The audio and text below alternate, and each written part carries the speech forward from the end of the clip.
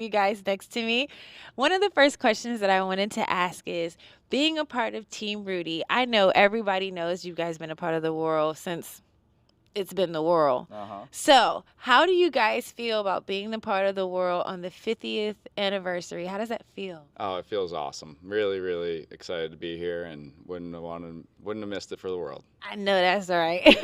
So, I'm hearing that you are incredibly accomplished crew in sailing boats and in multiple classes since you were a boy. So, can you give me some information, some memories about that? Yeah, well, a little background, I guess. I started sailing when I was 10. Started sailing in dinghies, small 8-foot boats, and then moved right on up to lasers and 420s.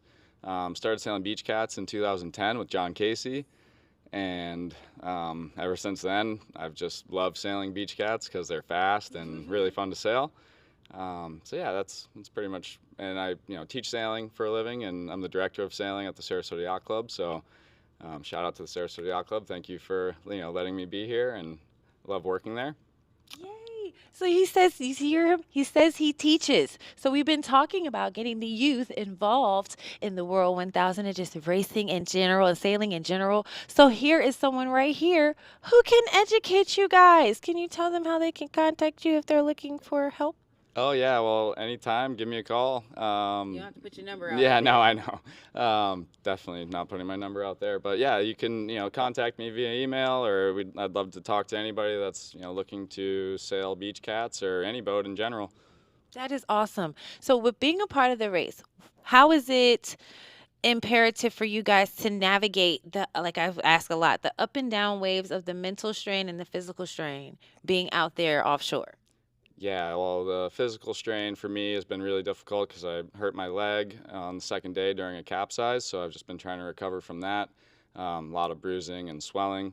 And it's physically, your body hurts after being in the harness for so long and trapezing all day long. Um, the mental side, you break, you flip, you make the wrong call or something like that. You just have to overcome it and just keep going because it's a long, long race. Sometimes when you guys come off the boat, it's like, oh man, we just gonna let them go up to the front because they Yeah. look kind of trained out and worn out. But Yeah. we Well, we appreciate you we we guys. appreciate that sometimes too. So Because we can see it when you get off the boat. Like, yeah, we're just gonna let them go eat and get something to drink and start over fresh tomorrow. yeah, those peanut butter and jellies, they only get you so far. So you guys have peanut butter and jellies out there? Yeah, so we usually bring peanut butter and jelly, a lot of water, the goo shots, which are, a lot of marathon runners use those for cramping and things like that. It has a lot of potassium in it. Paydays, See, we Snickers, trying to find sponsors. Snickers bars. We trying to find sponsors. So the goo, the paydays, come on over. We Oh need yeah. sponsorships. Feed these guys, okay? Another question that I wanted to ask is we know that during the lay day, reaching out to family or having family members here and all that, how does that assist you guys being out there? Yeah, well, definitely having someone to talk to is always nice, just kind of vent. But the team is great, and we have so many people on our team that I have a great roommate. He's actually our ground crew, so we've been, venting to him a little bit, maybe too much, I don't know. But overall, though, the family is number one, and they always are reaching out and always want to know how I'm doing, and we talk every day. So That's yeah. great. I want to know being a part of again the home team, Team Rudy, when the World 1000. Where do you feel as if you may play the major part being out there? Because again, y'all have legends on Team Rudy who's been doing this for a minute. So where do you feel as if you fit in the team, and can you contribute to Team Rudy? Well, I've been sailing beach cats for a while now, and I feel like I've just trained a lot in the F-18 in general, and especially on the NACRA, which is the type of boat that we're sailing. In Sarasota, where I live, we have a lot of F-18s and a big beach cat community. So, we train a lot and go over everything with each other and kind of fine tune everything. So we've, just a lot of time on the boat. Is there any tidbits or information that you can give to possibly a youth who wants to be a part of the World 1000? I would say start sailing double-handed boats as soon as possible. Maybe get on a NACRA 15, which is a smaller, instead of an 18, it's a 15, so a lot less power. easier for a youth to sail. Lighter people.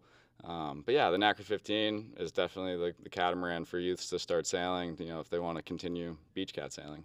Tell me about your, I don't want to say the worst experience, but your best experience in the World 1000 thus far. Oh, best experience this time would be, I think just seeing the wildlife out there has been pretty sweet. There's a lot of cool things to see out there. Turtles, of course. We saw a ton of turtles on the way, the first few legs, but last couple, I don't think we've seen any. Few sharks, a lot of dolphins. We had some dolphins swimming in between our bow, which was really cool. And also some huge pot of stingrays. So you just never know what you're going to see out there. Sailed past a big, what looked like to be an oil rig. I don't actually think it was, but you just never know. You could be, not always, but you could be really far offshore. There was a day so far in this race, I think we were close to maybe 50 miles offshore. Oh, wow. So, you get really far out there. Again, you never know what you're going to find. Oh, man, that sounds like some scary stuff. We've heard sharks, we've heard whales, we've heard all types of things thus far. You're the first that said stingrays, so that's kind of cool that you were the first to say stingrays. Nice. Let's see. I have a question that I wanted to ask, but I keep getting lost in my notes. Can you describe the sense of accomplishment and relief you felt upon completing the most difficult leg thus far, which is Tybee? Yeah, well, Tybee is definitely the longest one. We felt like we were sailing. We had such a great sail. It was one of the best sails, actually. The conditions and everything really played out perfectly.